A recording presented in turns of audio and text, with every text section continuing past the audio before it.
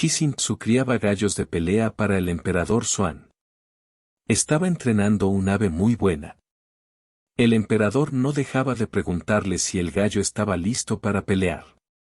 Todavía no, contestó el criador. Está que arde. Está dispuesto a iniciar una pelea con cualquier otro gallo que vea. Se muestra engreído y demasiado seguro de sí mismo. Al cabo de 10 días volvió a contestar, todavía no. Se enciende en cuanto oye cacarear a otro gallo. Y 10 días más tarde, todavía no. Sigue teniendo esa mirada fiera y encrespa las plumas. Después de otros 10 días, el criador dijo, ahora está casi listo. Cuando oye cacarear a otro gallo ni siquiera pestañea. Se queda inmóvil como un pedazo de madera. Es un luchador maduro. Los otros gallos le pondrán la vista encima y saldrán corriendo. La mente humana siempre acaba en el ego, ese es su crecimiento final. Así que primero hay que comprender cómo la mente humana se convierte en el ego. El ego es la barrera, cuanto más se es, menos divino se puede ser, cuanto menos se es, más disponible se está para el divino. Si permanecéis totalmente vacíos, el divino se convierte en el huésped, y se convierte en el huésped solo cuando estáis totalmente vacíos, cuando ni siquiera resta un fragmento de vosotros. Entonces vosotros os convertís en los anfitriones, y él en vuestro huésped. Cuando no sois, vosotros mismos sois los anfitriones, cuando sois, todas las oraciones son en vano, todas las invitaciones falsa. Cuando sois, es que todavía no le habéis llamado porque la llamada solo puede ser auténtica cuando no se es. Es la sed silenciosa de un ser vacío, una plegaria en silencio sin ninguna palabra de una mente que ya no es, de un ego que se ha disuelto. En una ocasión, el mulán Nasruddin vino a verme, muy preocupado, triste y perplejo, y me dijo, estoy muy preocupado. Ha surgido un problema, y no soy un creyente ciego, soy un hombre racional. Así que le pregunté, ¿cuál es el problema? Esta mañana vi un ratón sentado sobre el Corán, sobre el sagrado Corán. Así que me inquieté, si el Corán no puede protegerse a sí mismo contra un ratón normal y corriente, ¿cómo podrá protegerme a mí? Toda mi fe saltó hecha pedazos, y mi ser quedó sin sosiego. Ahora ya no puedo creer en el Corán. ¿Qué puedo hacer? Me dijo. Así que yo le respondí, bueno, lo más lógico sería empezar a creer en el ratón, porque ha visto con sus propios ojos que es más fuerte que el sagrado Corán. Y claro está, la fuerza es el único criterio para la mente, el poder es lo que busca la mente. Nietzsche tiene razón. El hombre no es sino una voluntad de poder. Y ahora usted ha visto con sus propios ojos que un ratón es más poderoso que el sagrado Corán, le dije a Nasruddin, se quedó convencido. Claro está, no había manera de escapar de la lógica, así que empezó a venerar al ratón. Pero al cabo de poco volvía a tener problemas porque un día al ratón le saltó encima un gato. Pero en esta ocasión no vino a preguntarme nada, ahora tenía la respuesta en su mano, empezó a venerar al gato. Pero volvió a tener problemas, porque un perro se encargó del gato, y éste empezó a temblar, así que Nasruddin empezó a venerar al perro. Pero las cosas volvieron a torcerse. Un día su esposa dio tal paliza al perro que lo mató.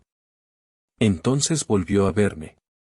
Ah, todo esto ya es demasiado. Puedo venerar a un ratón, a un gato, hasta a un perro, pero no a mi propia esposa. Nasruddin, usted es un hombre racional, y esa es la dirección en la que va la lógica. No puede echarse atrás, tiene que aceptarlo, le dije. Ya sé lo que haré. Tomaré una fotografía de ella sin que nadie lo sepa y me meteré en mi habitación, cerraré la puerta desde dentro y la veneraré. Pero, por favor, no se lo diga a ella. Así que empezó a venerarla en secreto, en privado. Las cosas iban bien. Pero un día la esposa del mulán Nasruddin vino corriendo a verme y me dijo, hay algo que no marcha bien desde hace bastantes días. Creemos que se ha vuelto un poco loco porque primero ha venerado a un ratón, luego a un gato, después a un perro, y desde los últimos días hace algo en secreto en su habitación. Se encierra y no deja entrar a nadie. Pero hoy, por curiosidad, mire por el ojo de la cerradura y lo que vi es más de lo que puedo soportar. ¿Qué estaba haciendo? Pregunté. Venga y véalo usted mismo, me respondió. Así que tuve que mirar por el ojo de la cerradura.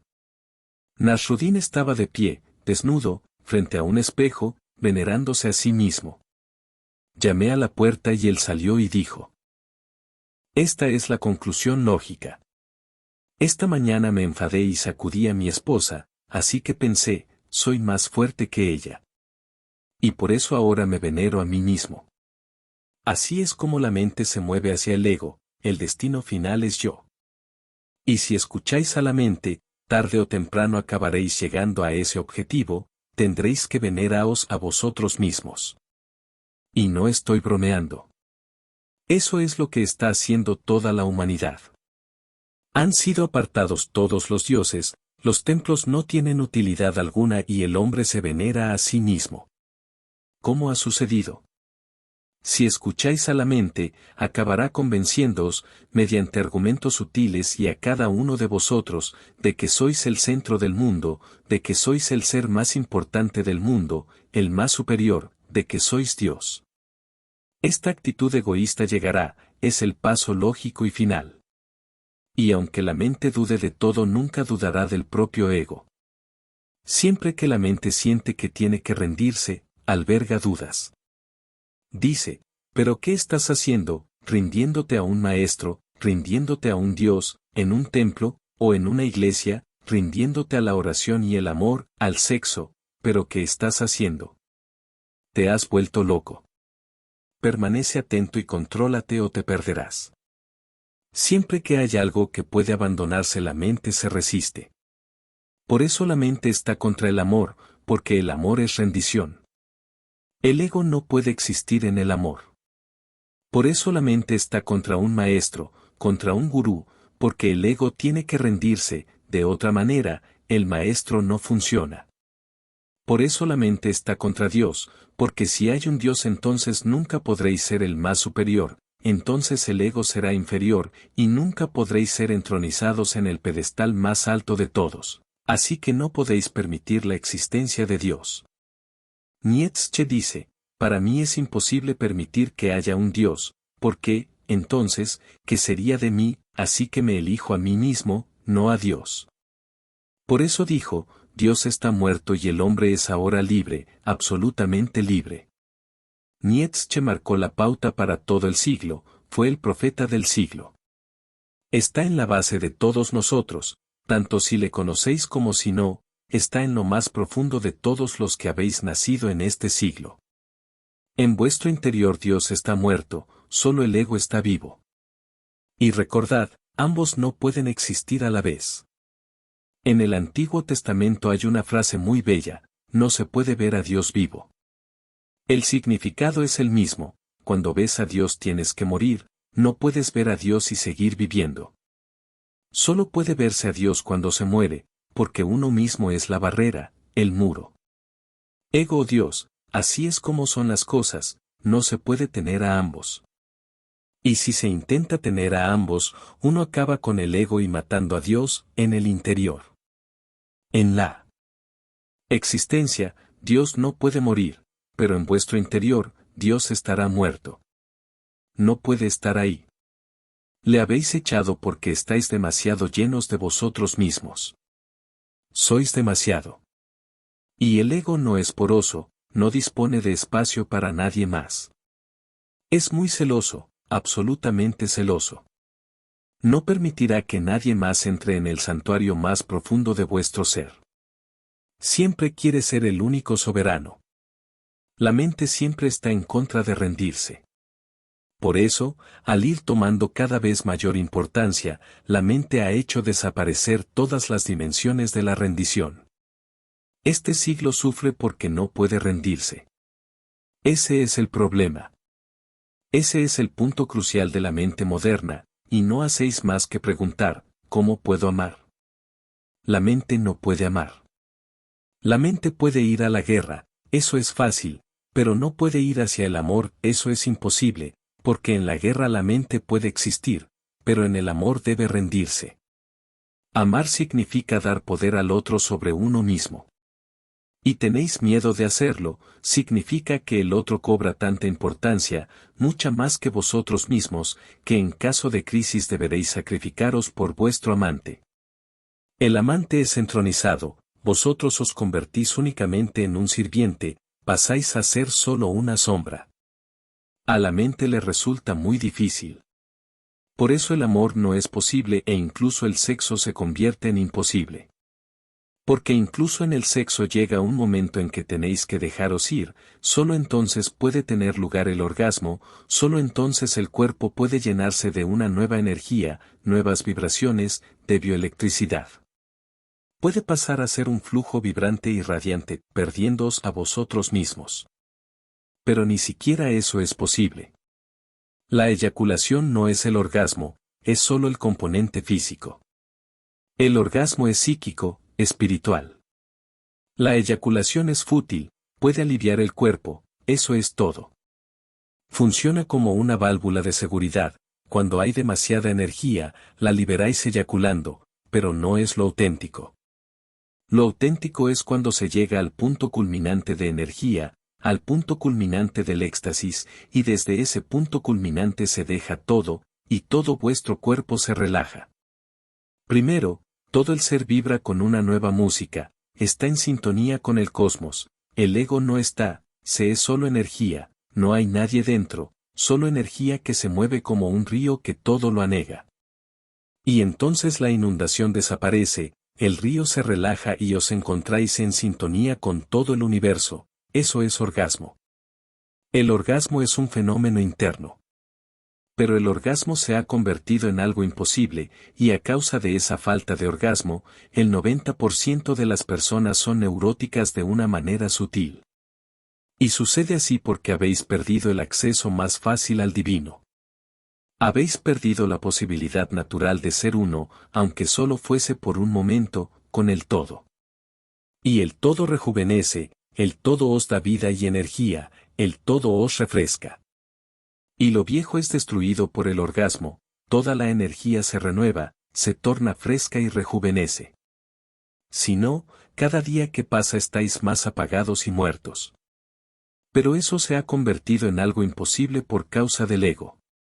El problema es el mismo, tanto en la dimensión del sexo, como del amor, la oración o la meditación, el problema es el mismo. Tenéis que rendiros y el ego no puede rendirse, solo puede luchar. ¿Por qué el ego está siempre dispuesto a luchar? En todo momento estáis dispuestos a saltar sobre alguien, a entrar una excusa para luchar, discutir y encolerizaros. ¿Por qué el ego siempre busca la lucha? ¿Por qué luchar es combustible? Al luchar se siente poderoso, a través de la lucha existe. El ego es la violencia más profunda, y si queréis reforzar vuestro ego, lo único que hay que hacer es pelearse continuamente. Durante las 24 horas del día debéis luchar contra una cosa u otra. Pero para que pueda existir un desafío, un conflicto, y poder mantener el ego, debe existir un enemigo. El ego necesita una guerra continua. ¿Por qué? En primer lugar, porque en la guerra acumula energía. Y en segundo lugar, porque el ego siempre está asustado, por eso está siempre listo para luchar, porque tiene miedo. El ego nunca puede ser valiente, nunca. ¿Por qué? Porque es algo falso, no es natural, no forma parte del Tao. Se trata de un dispositivo humano falso, hay que hacerle caso y mantenerlo continuamente. Si no le haces caso desaparece, y ese es el miedo. Así hay que estar atento. Si pudierais vivir una existencia sin ego aunque solo fuese durante 24 horas, os sorprendería, estarías asombrados, desconcertados. ¿Qué le habría pasado a ese ego con el que habéis cargado durante tantas vidas? Desaparecería porque necesita repostar continuamente, una y otra vez.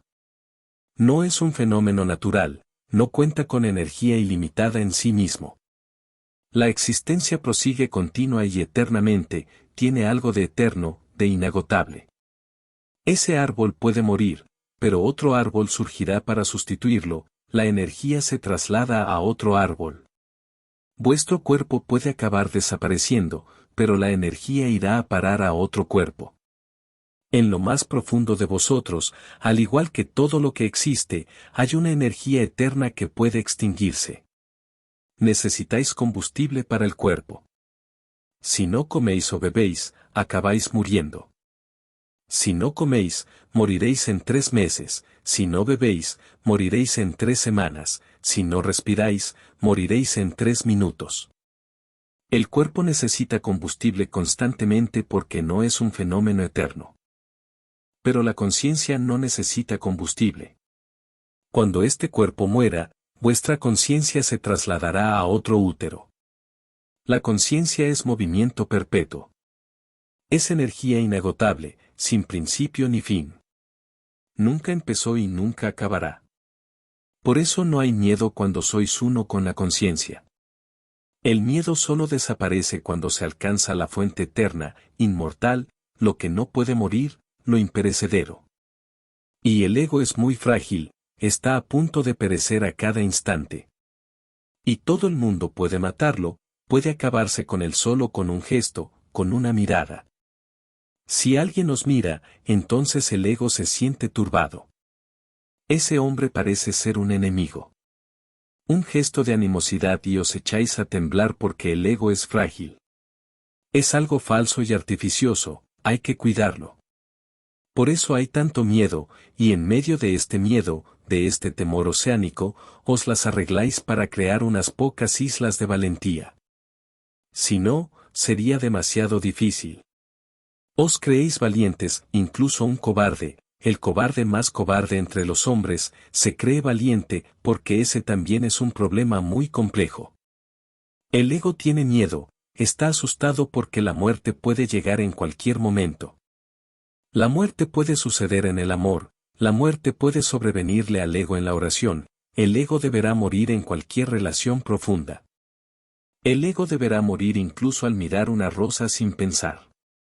Incluso una rosa puede matarlo, es tan frágil, tan débil, es como un sueño, carece de toda sustancia. Así pues, incluso asustados y pensando continuamente en la muerte en vuestro interior, no por ello dejáis de creeros valientes. Así es como esa valentía, esa intrepidez, ese no soy un cobarde, ayuda a vuestro ego. Si realmente os dierais cuenta de que el ego es un cobarde, que yo soy un cobarde, si os dierais cuenta de que ese ego es solo miedo, entonces no os ocupáis de él. Lo abandonarías. ¿Para qué cargar con una enfermedad? Pero la enfermedad está oculta y pensáis que no lo es, más bien os imagináis que es la única salud.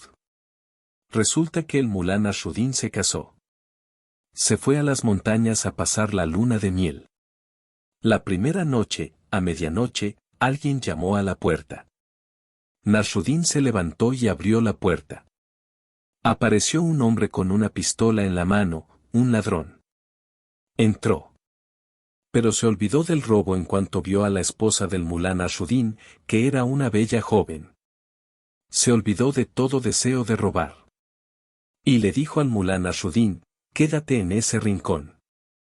Entonces trazó un círculo a su alrededor y le dijo, no des un paso fuera del círculo, si das un paso, estás acabado. Luego besó a la esposa de Nasruddin y le hizo el amor. Cuando se hubo marchado, la esposa dijo, ¿pero qué clase de hombre eres?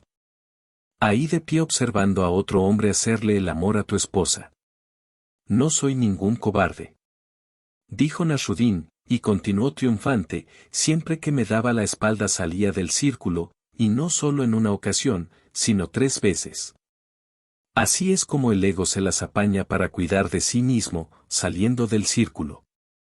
Cuando os dan la espalda, cuando la muerte no os mira, entonces dais un paso. Y no solo una vez, 3. Y entonces os sentís bien. Y os digo que todos estáis en un rincón metidos en un círculo. Estáis ahí metidos y de vez en cuando salís solo para sentir que no sois cobardes. Pero el ego es un cobarde, no puede ser otra cosa. No se puede ser valiente con ego, es algo imposible, no es natural. ¿Por qué es imposible? ¿Cómo puede el ego carecer de miedo? No puede ser eterno, no puede ser inmortal, la muerte es algo que le sucederá. El ego es un fenómeno creado, por vosotros mismos, pero acabará desaparecido. ¿Cómo se puede ser valiente frente a la muerte, que es una certeza? A veces podéis salir del círculo, eso es todo. Pero mientras haya ego no puede haber carencia de miedo. Así que recordad 3 palabras, una es cobarde, otra es valiente, y la tercera es sin miedo. La cobardía forma parte del ego, la parte más profunda, su centro, y la valentía es saltar 3 veces fuera del círculo. También forma parte de la cobardía, pero está oculta, decorada. Es una herida con flores encima, una herida oculta mediante flores. La valentía no es más que cobardía decorada y refinada, dentro de todo hombre valiente hallaréis un cobarde. Incluso vuestros Napoleons, Hitlers y Alejandros no son más que cobardes. Su valentía no es más que saltar fuera del círculo 3 veces, pero en su interior no hallaréis más que el mismo cobarde temblón. A fin de ocultar ese cobarde, proyectáis valentía, la valentía no es sino un truco. Y ahora eso es algo que también saben los psicólogos. La religión siempre ha sido consciente de que para ocultar algo se proyecta lo contrario. Si estás loco, tratarás de proyectar a tu alrededor algo de sabiduría a fin de ocultar ese hecho. Si eres feo, te embellecerás el cuerpo, el rostro, el cabello, para tratar de ocultar el hecho de que eres feo. Intentarás hacerlo mediante ropa y adornos. Si te sientes inferior interiormente, proyectarás superioridad, justo para decirles a los demás, no soy inferior. Si te sientes una nulidad, y eso es algo que todo el mundo siente, porque con ego todo el mundo es un don nadie, entonces tratarás de proyectar, reforzar y subrayar que eres alguien. La cobardía y la valentía son 2 caras de la misma moneda, el miedo está presente en ambas porque son los 2 rostros del miedo. Uno es simple y directo, mientras que el otro es astuto y oculto, un hombre valiente es un cobarde astuto. He escuchado, en una ocasión un soldado que luchaba en el frente se asustó tanto que empezó a correr hacia la retaguardia. Lo detuvo un oficial, que le preguntó, ¿qué estás haciendo? ¿A dónde te diriges? La lucha está ahí delante. ¿Es que eres un cobarde? Pero el hombre estaba tan asustado que no se molestó en contestar y continuó corriendo. El oficial lo siguió, consiguió atraparlo y dijo, ¿a dónde vas corriendo? ¿Por qué no respondes? ¿Es que no sabes quién soy? Soy tu general. Dios mío, ¿ya he retrocedido tanto? Dijo el soldado. Vuestros generales, vuestros líderes, siempre están en la retaguardia. Nunca los matan, nunca tienen problemas, son unos perfectos cobardes presumiendo de ser los más valientes. Hay otros que mueren por ellos mientras están en la retaguardia. Vuestros Napoleons, Hitlers y Alejandros no son más que cobardes proyectando, creando un fenómeno que es justo el contrario del que sienten interiormente. Es algo que hay que recordar, solo entonces podéis recordar una tercera posibilidad, la carencia de miedo. Un hombre sin miedo no es ni cobarde ni valiente. No puede serlo, porque no tiene miedo. Un Mahavira, un Buda, un Chuang Tzu, un Jesús, no son hombres valientes, de ninguna manera, porque no son cobardes. Solo puede ser valiente cuando se es cobarde. Solo podéis salir del círculo 3 veces si estáis dentro del círculo, si no, ¿cómo podría salir de él? Si no estuvieseis de acuerdo para permanecer de pie en el círculo, ¿cómo podría salir de él para demostrar vuestro valor? Un hombre sin miedo es alguien que conoce lo imperecedero de su interior, que ha llegado a comprender lo inmortal, la eternidad más íntima. Entonces deja de haber miedo, y también deja de haber valentía, porque la valentía no es sino una tapadera. Un hombre así no es ni un loco ni un sabio, porque la sabiduría no es más que otra tapadera. Y este hombre no está dividido en opuestos, un hombre así es una unidad, es uno, es un fenómeno único, y esa es la razón por la que no se le puede definir. Es imposible definir a un Buda. ¿Cómo se le podría definir? ¿Lo llamarías cobarde? No podéis. ¿Lo llamaríais valiente? No podéis. ¿Lo llamarías loco? No podéis. ¿Lo llamaríais sabio? No. Porque la sabiduría es lo contrario de la necedad y la valentía lo contrario de la cobardía. ¿Cómo llamarías a un Buda? Lo llaméis como lo llaméis, estaréis equivocados. Delante de un Buda solo se puede estar en silencio. ¿Dirías que es un pecador o un santo? No, no es ninguna de ambas cosas. ¿Cómo se puede ser un santo sin concebir el pecado? La santidad no es sino un decorado, una tapadera. Ese es el problema. Siempre que aparece un Buda surge el mismo problema, no podemos definirlo, no podemos colocarlo en ninguna categoría. No podéis etiquetarlo, no hay forma de situarlo. O pertenece a todas partes o a ninguna. Trasciende todas las categorías. No se le puede encasillar. Todo el lenguaje se viene abajo frente a un Buda, la mente se aquieta. No podéis decir nada relevante. No tiene miedo, carece de mente, no podéis decir que es un loco o un sabio porque para ambas cosas se necesita una mente. Y ahora entra esta bonita historia de Chuang Tzu, es una de sus parábolas más hermosas. Cixin Tzu criaba gallos de pelea para el emperador Xuan. Tenía entre manos un ave muy buena. El rey no dejaba de preguntarle si el gallo estaba listo para pelear. Este hombre Cixin no solo era un criador, también era un hombre del Tao.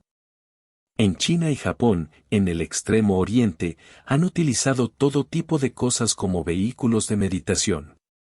Todo tipo de cosas, arquería, pintura, esgrima, incluso la cría de gallos de pelea. No importa qué dimensión de la vida, ellos la han utilizado para llevar a cabo una instrucción interior. A Cixin, el emperador le pidió que entrenase un gallo para él. El emperador estaba interesado en la pelea, en la competición, y, claro está, lo que le preocupaba era que su gallo ganase la competición. Nuestros egos pelean incluso a través de los gallos. Lo utilizamos todo para el ego, incluso ha acabado adulterando los juegos. Ahora ya nadie está interesado en los juegos, sino en cómo ganarlos, esa es la diferencia entre juego y partido. En el juego uno se interesa por el juego mismo, es el típico juego de niños. El juego es estupendo, y si podéis convertir vuestra vida en un juego, entonces será algo maravilloso. En un partido no se está interesado en el juego en sí mismo, sino en el resultado final. Lo que interesa es cómo ganar, y cuando se está interesado en cómo ganar, entonces se destroza el juego. Deja de serlo y se convierte en un negocio. Desde el principio, ese hombre, Cixin, tenía un tipo de interés al entrenar al gallo, y el emperador tenía otro, ese estaba interesado en la lucha, y el criador en algo más. Cixin estaba entrenando un buen gallo, el emperador no dejaba de preguntarle si el gallo estaba listo para pelear, todavía no, contestó el criador. Está que arde. Veréis, el emperador podía haber dicho, pero eso es precisamente lo que necesito, porque cuando luchas con alguien y estás encendido es cuando más posibilidades tienes de ganar. El emperador debió quedarse de una pieza, ¿qué clase de criador era aquel hombre que le decía, todavía no? ¿Está que arde? Está dispuesto a iniciar una pelea con cualquier otro gallo que vea. Siempre está dispuesto a luchar, eso significa que está asustado, así que todavía no está listo. ¿Cómo se puede estar listo para luchar cuando se está asustado? Echemos un vistazo a las diferentes mentes, la lógica de la mente diría que si estás que ardes y listo para pelearte con todo el mundo, entonces puedes convertirte en un gran guerrero, estás listo. ¿A qué esperas? ¿Qué esperas? Si estás que ardes, lucha. Porque si esperas demasiado puede que se apague el fuego, puede que la energía decaiga. Pero con una no mente es del todo distinto, la configuración es diferente. El hombre de la no mente dice, como está dispuesto a pelearse en cualquier momento, todavía no está preparado. ¿Por qué? Porque cuando se está dispuesto a luchar en cualquier momento es que se es un cobarde. Luchar no es sino una tapadera. Queréis demostrar que sois valientes. Pero ese querer, el deseo de demostrar, significa que no eres lo que quieres demostrar. Un hombre que es realmente sabio nunca buscará la manera de demostrarlo. En cambio, un tonto estará siempre buscando formas de demostrar que es sabio. Un hombre que está enamorado, que se ha convertido en amor, no tratará de demostrar que lo está. Cuando no se está enamorado es cuando se intenta demostrar de muchas maneras que se está.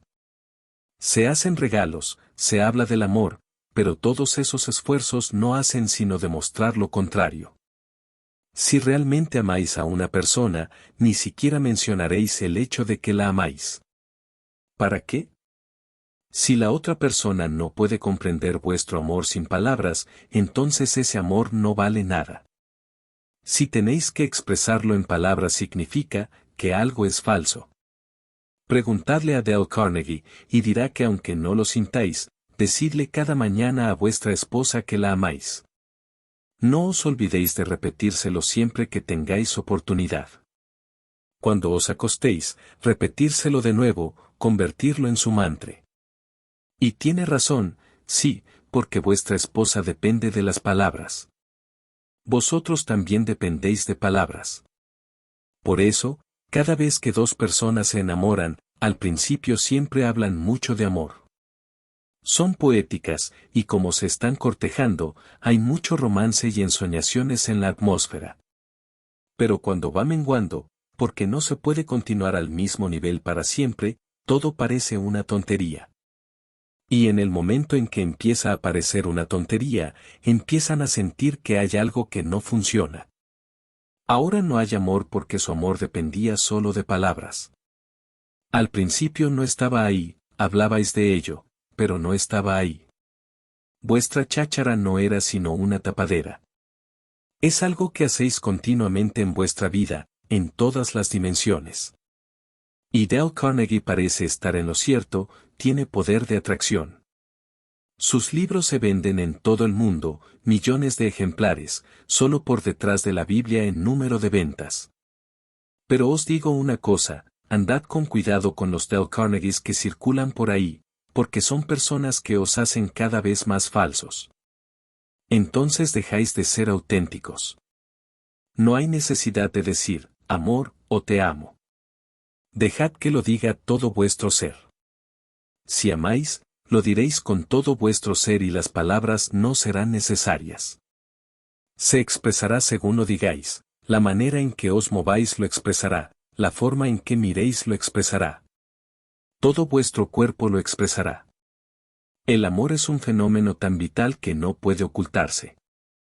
¿Hay alguien que haya sido capaz de ocultar su amor? Nadie puede, arde tanto en el interior que irradia intensidad. Siempre que alguien se enamora se nota en su rostro, en sus ojos, en que ya no es la misma persona, hay algo que se ha transformado en ella. Hay un fuego que arde, una nueva fragancia manifestada. Danza, más que camina, y cuando habla, sus palabras desprenden un aroma poético. Y no solo con la persona amada, cuando estáis enamorados, todo vuestro ser se transforma. Sois diferentes, incluso cuando habláis con un desconocido en la calle. Y si ese extraño ha conocido el amor en su vida, entonces sabrá que estáis enamorados. No podéis ocultar el amor, es algo casi imposible. Nadie nunca ha tenido éxito a la hora de ocultar el amor. Pero cuando no existe hay que proyectarlo, y entonces hay que pretenderlo. Un chiquillo estaba visitando un zoológico y había un parque lleno de ciervos. El niño le preguntó al cuidador, ¿cómo se llaman esos animales? Lo mismo que tu madre le llama a tu padre por la mañana cuando se levantan, dijo el hombre asterisco. No me diga que esas son mofetas. Hay algo que está maleado, cuando algo es falso es como una herida, como una fea llaga. La única fealdad es la falsedad, pero la ocultáis con lo contrario. Todavía no, contestó el criador. Está que arde. Eso demuestra que tiene miedo, si no, ¿por qué estaría que arde? ¿A quién mostráis vuestro ardor? ¿Qué necesidad hay de ello? Fuego dentro, fuego fuera, esa es la proyección. Está dispuesto a iniciar una pelea con cualquier otro gallo que vea. Es innecesario. Está dispuesto a enfrentarse a cualquiera que le salga al paso. Se muestra engreído y demasiado seguro de sí mismo. Todavía no. No está listo. Cuando os mostréis demasiado seguros de vosotros mismos, recordadlo bien, es que ocultáis algo. ¿Qué queréis decir con, estoy seguro de mí mismo? Si de verdad tuvieseis confianza, no haría falta anunciarlo. Y no solo ante los demás. No hacéis más que repetiros, estoy seguro de mí mismo. Creáis una especie de autohipnosis. Si lo repetís lo bastante, empezaréis a creerlo, pero esa sensación no tendrá ninguna energía interna. Todo el mundo se repite continuamente, estoy seguro de mí mismo, ¿por qué? ¿Qué es lo que ocultan? Si esa confianza y seguridad de la que tanto habláis estuviese realmente ahí, no sería necesario hablar de ella. Una persona realmente segura no es alguien que sea consciente de ello. Este punto tiene que ser bien comprendido. Cuando algo es falso, se es consciente de ello, se es autoconsciente. Cuando algo es real, uno se olvida de ello. ¿Es que acaso os acordáis de respirar? Si algo va mal, pues sí. Si cuesta respirar y hay algo que no funciona en los pulmones y estáis resfriados o padecéis asma, entonces es cuando nos hacemos conscientes de respirar. Pero cuando todo va bien nadie es consciente de nada. Cuando el calzado es cómodo, se olvida uno del pie. Cuando se está seguro de uno mismo, se olvida uno de la confianza. Hay gente que viene a verme y que me dicen que confían absolutamente en mí. ¿Qué quiere decir ese absolutamente? ¿Qué es lo que ocultan? ¿Es que no es suficiente con tener confianza? ¿Qué significa que confían absolutamente? No es así, y por eso lo dicen. También decís, te amo totalmente. ¿Qué es ese totalmente? ¿Alguna vez habéis oído de algún amor que no sea total? El amor es total. ¿Por qué repetís la misma palabra? ¿Por qué en vuestro interior sabéis que no lo es, y si no lo decís, quién quedará para decirlo? Si fuese de verdad total, todo el mundo sabría que lo es. Un amor total es una transfiguración, un amor total es una muerte, una nueva vida, un amor total no necesita que nadie diga nada sobre él. He escuchado hablar acerca de un gran connoisseur, era catador de vinos. Un amigo le invitó a su casa porque tenía algunos vinos muy valiosos y añejos y quería mostrarle al hombre su colección. Deseaba el reconocimiento de ese hombre. Le ofreció uno de sus vinos más estimados. El hombre lo cató y permaneció en silencio. No dijo nada, ni siquiera que era bueno. El amigo se sintió herido. Entonces le ofreció un vino muy barato y ordinario. Lo cató y dijo, muy bueno, estupendo. El amigo se quedó perplejo. Estoy pasmado. Te he dado uno de los vinos más selectos y valiosos, y no has dicho nada, no obstante, frente a este vino ordinario y vasto has dicho, muy bueno. El experto dijo, en cuanto al primero, no es necesario que nadie diga nada. Habla por sí mismo. En cuanto al segundo, alguien debe decir algo a su favor, si no, se sentiría herido. Cuando decís confiar absolutamente, sabéis que o hay confianza absoluta, por eso lo decís, aunque puede que no seáis conscientes de ello. Sed conscientes y utilizad las palabras con cuidado.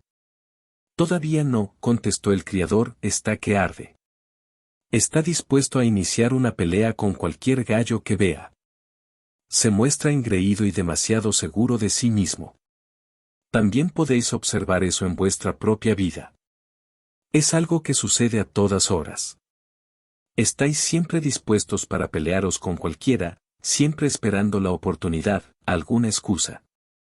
De repente, alguien os pisa un callo y empieza la pelea. ¿Cómo es que estáis tan preparados? Sencillamente porque estáis agitados interiormente, porque sabéis que no sois nadie, así que si alguien os pisa un callo, saltáis diciendo, usted no sabe con quién está hablando. Eso es algo que vosotros mismos tampoco sabéis. 10 días después, contestó de nuevo, todavía no. Se enciende en cuanto oye cacarear a otro gallo. El emperador seguía insistiendo porque se acercaba el día de la competición y su gallo tenía que ganar. Y el hombre no había más que retrasarse, ofreciendo unas excusas que parecían absurdas. Siempre que hay un hombre del Tao de por medio, sus argumentos dan la impresión de ser absurdos. Y lo son, porque no encajan en vuestra gente. Al cabo de 10 días sigue diciendo, todavía no. Se enciende en cuanto oye cacarear a otro gallo. Sigue siendo inmaduro, infantil. Esa no es la manera de comportarse de un guerrero, esas son maneras de cobarde. Ese no es el comportamiento de un hombre sin miedo, de un gallo sin miedo, no lo es. Esas no son las maneras de alguien que no tiene miedo. Cuando algún pájaro cacarea, ¿por qué creéis que va con vosotros? ¿Por qué sentís que representa un desafío para vosotros? ¿Por qué consideráis el mundo como un enemigo? Si consideráis el mundo como enemigo quiere decir que en lo profundo de vosotros no habéis dado con la fuente. De otro modo, el mundo sería considerado como un lugar hospitalario, serían una excepción. Ahora es la discordia la nota destacada, y la amistad la excepción. Y nunca sabes, ni siquiera puedes confiar en un amigo, porque estás más próximo de la animosidad. Resulta que el Mulán Nasruddin fue nombrado juez de paz. Es algo necesario porque hay gente muy dañina. Si son pero que muy dañinos, entonces se les nombra gobernadores. Si todavía lo son más, se les envía al extranjero como embajadores. Si solo son dañinos a un nivel local, entonces se les nombra jueces de paz.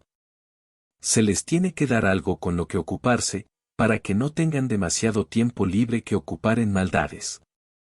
El Mulán Nasruddin era una persona alborotadora, pero no mucho, si me permitís, diría que era un pequeño bib, no era un pez gordo, solo un pececillo local. Así que le hicieron juez de paz. Convirtió su salón en juzgado, contrató a un escribiente y un vigilante, se levantó por la mañana temprano, y esperó, pero no apareció nadie.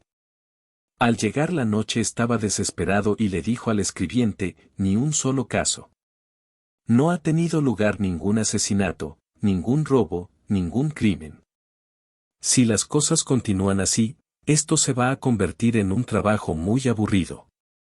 Me parecía que iba a ser muy animado, pero ni siquiera una multa de tráfico. No ha pasado nada. No se deprima, mulá. Confíe en la naturaleza humana. Acabará pasando algo, ya verá. Yo sigo confiando en la naturaleza humana, contestó el escribiente. ¿De qué tipo de naturaleza humana hablaba el escribiente? Afirma que todavía cuenta con la suficiente confianza como para saber que acabará pasando algo. Espere y verá cómo pasa algo. Vuestros juzgados, jueces y gobiernos dependen de vosotros, de vuestra naturaleza. Toda esta tontería funciona por vuestra causa, y la base de todo ello es que siempre estáis dispuestos a pelear. Si la sociedad fuese cada vez más natural, el gobierno acabaría desapareciendo. Es una enfermedad. Los juzgados desaparecerán. El policía está ahí porque hay criminales, y toda la estructura se mantiene en pie solo por una cosa, porque siempre estáis dispuestos a pelear, a encenderos. El gobierno existe a causa de vuestro ego. Si se abandona el ego, se viene abajo toda la política. La política existe por causa del ego. Todavía no. Se enciende en cuanto oye cacarear a otro gallo. Y 10 días más tarde, todavía no. Sigue teniendo esa mirada fiera y encrespa las plumas. Se va haciendo más silencioso, va creciendo, cada vez está más maduro, pero todavía no está listo. Ya que sigue teniendo esa mirada fiera y encrespa las plumas. En lo profundo de su inconsciente sigue estando dispuesto a luchar. En la superficie se va calmando y tranquilizando, pero si pasa otro gallo el primero sigue mirando con fiereza. Ahora no es consciente, es inconsciente, pero está creciendo. Ahora la lucha ha salido de su mente consciente, pero el inconsciente todavía no la ha soltado. Después de otros 10 días, el criador dijo, ahora está casi listo. Todavía no está listo del todo, pero casi, casi. Cuando oye cacarear a otro gallo, si siquiera pestañea. Se queda inmóvil como un pedazo de madera. Es un luchador maduro. Los otros gallos le pondrán la vista encima y saldrán corriendo. Ya no tiene necesidad de luchar. Cuando el luchador está maduro, no es necesario luchar. Cuando el guerrero está de verdad ahí, carente de miedo, ¿para qué luchar? Su sola presencia será suficiente, los otros gallos se echarán a correr.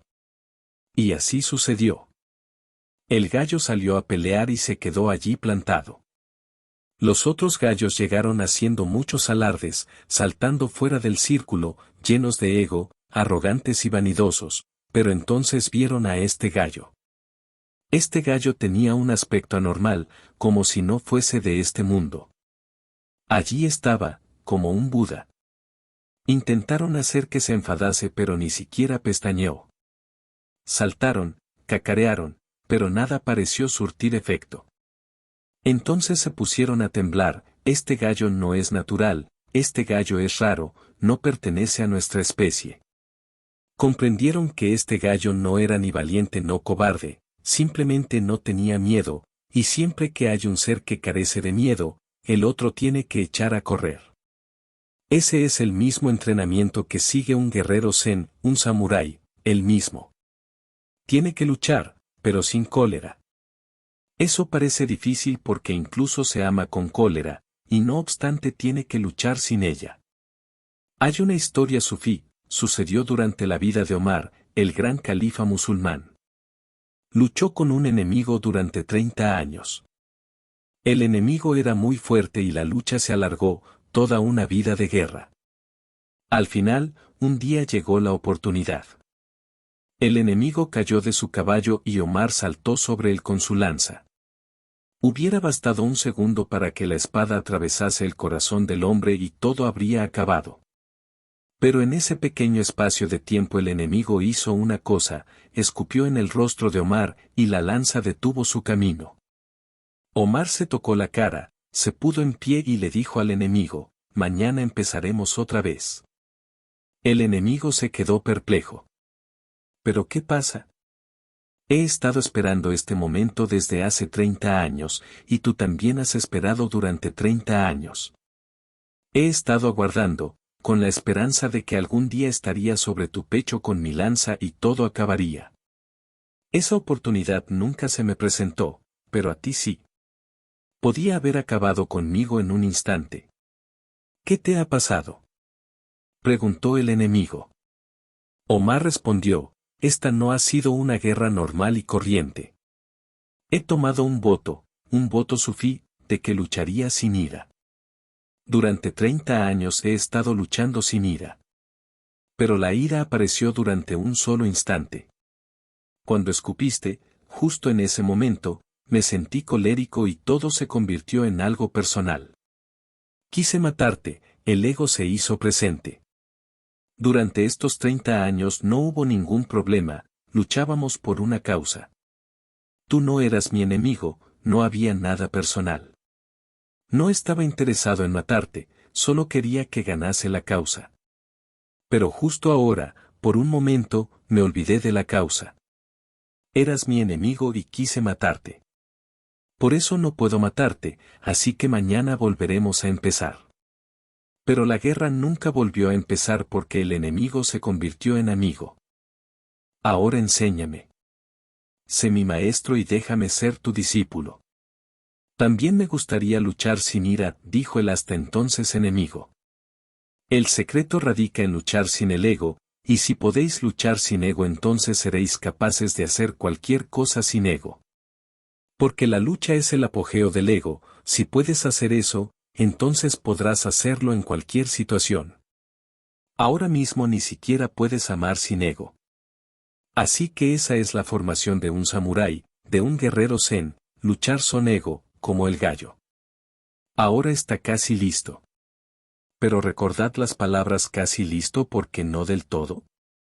Porque el Tao dice que lo perfecto no puede existir en este mundo, solo lo casi perfecto. En el momento en que se es perfecto, se desaparece.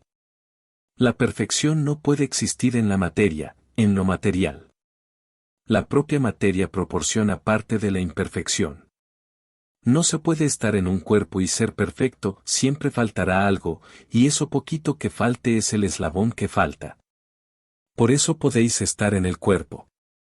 Una vez que sois perfectos, desaparecéis, morís. Pero un hombre perfecto desparece.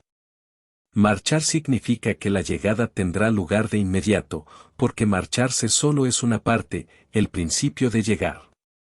Llegar es el principio de marchar. Marcháis de este mundo para volver a llegar. Un hombre perfecto simplemente desaparece porque es tan perfecto que la materia no puede sujetarlo, es tan perfecto que el cuerpo no puede contenerlo, es tan perfecto que no puede tener forma alguna en este mundo imperfecto. Se convierte en informe. Por eso el Criador dijo, ahora está casi listo. ¿Cómo podría estar más listo? Eso parece ser lo último. Cuando oye cacarear a otro gallo ni siquiera pestañea. ¿Qué más perfección puede pedirse? Se queda inmóvil como un pedazo de madera. ¿Es posible más perfección? Es un luchador maduro. Los otros gallos le pondrán la vista encima y saldrán corriendo. ¿Es posible más perfección? Lo es. Porque puede permanecer ahí inmóvil, como un pedazo de madera, puede que ni siquiera pestañee, puede que los otros gallos se echen a correr y él gane la pelea, pero sigue siendo. Por eso no es perfecto, porque es.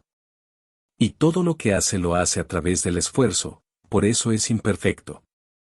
Ha sido entrenado para hacerlo así y ahora está listo. Lo hará, pero en lo más profundo de sí mismo sigue siendo el viejo gallo. Seguirá habiendo un ligero temblor. No puede ser detectado, nadie puede detectarlo, desde fuera será un santo perfecto, pero dentro sigue siendo el gallo de siempre, en el centro de su ser sigue siendo el mismo. Y ese es el problema. Podéis practicar religión y podéis practicar mucho, hasta ser casi perfectos. Pero casi perfecto sigue siendo imperfecto, y tenéis que ser absolutamente perfectos.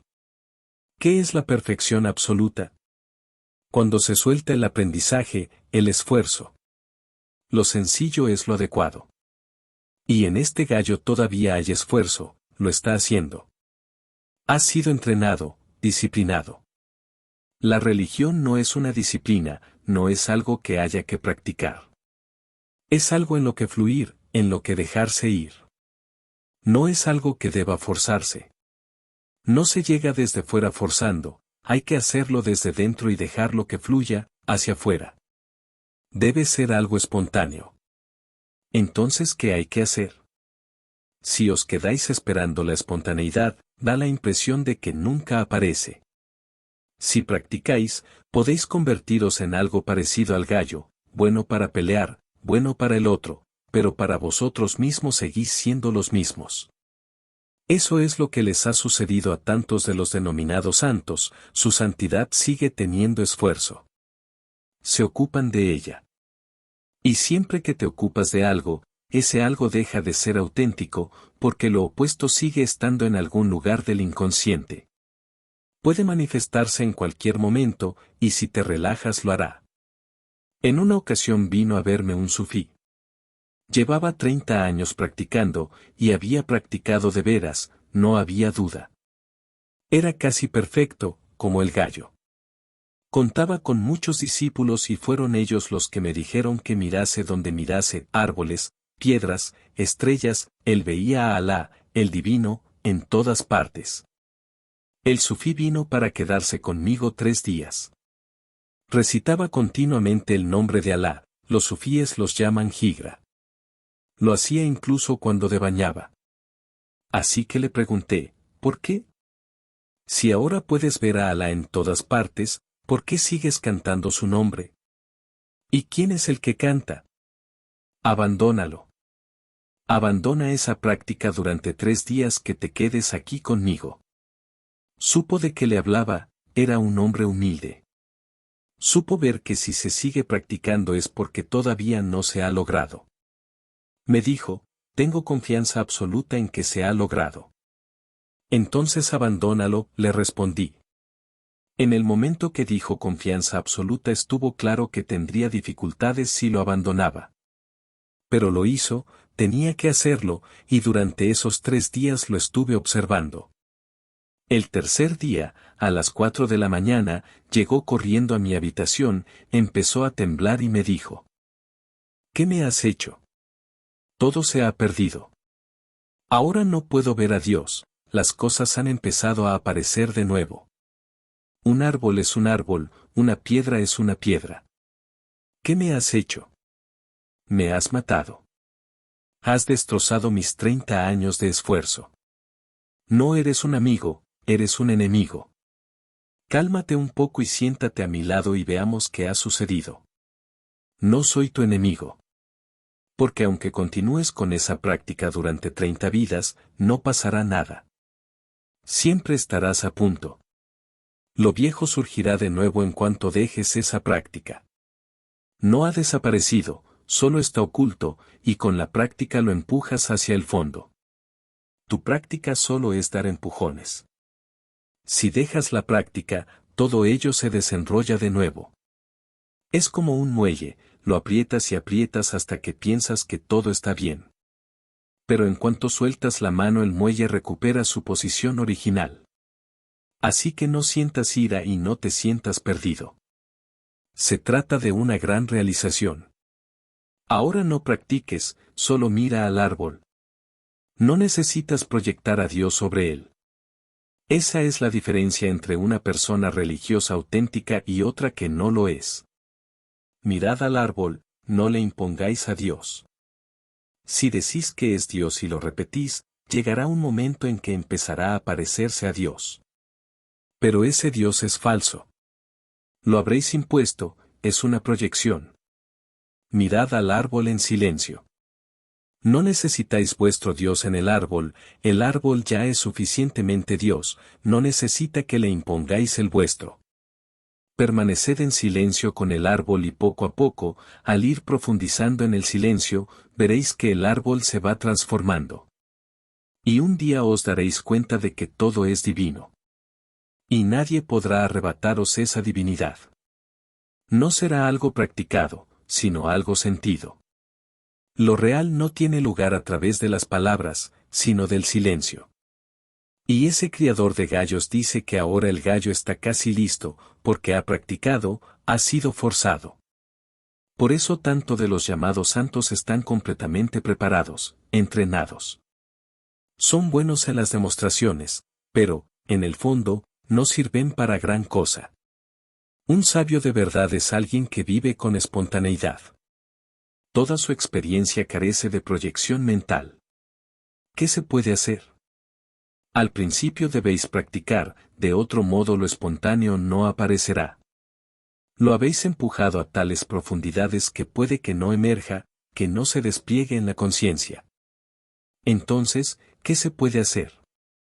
Primero practicar, y practicar de manera tan total que lleguéis a un punto en el que se pueda decir, ahora estás casi listo. A continuación, el siguiente paso es dejar toda práctica y observar lo que ocurre. Si soltáis la práctica, entonces aparecerá de nuevo todo lo viejo. Sed testigos y observarlo. Si podéis observarlo, acabará por vaciarse, sin necesidad de hacer nada. Vuestra práctica trata de empujar la espiral hasta el final, de empujar el muelle hasta el máximo. ¿Qué pasa a continuación? Intentadlo con un muelle, empujad hasta el máximo y luego soltad. No solo se desenrollará, sino que saltará. Eso es lo que pasa si practicáis con todo vuestro ser, nunca llegaréis a ser del todo perfectos, pero sí todo lo posible. Vuestra mente, al igual que el muelle, es empujada contra una pared y la seguís empujando y empujando y empujando. Todas esas meditaciones que os digo que hagáis son solo para empujar la mente contra la pared, hasta el tope. Y en el momento que vea que no se puede apretar más, que el muelle ya no retrocede más, entonces estaréis casi listos, y os diré: abandonad. El muelle no solo se desenrollará, sino que saltará, alejándose de vosotros. Y una vez que la mente salte de vosotros, estaréis libres de ella. Entonces ya no necesitaréis más práctica. Entonces solo hay que vivir momento a momento, celebrando, agradeciendo momento a momento, gozo y éxtasis momento a momento.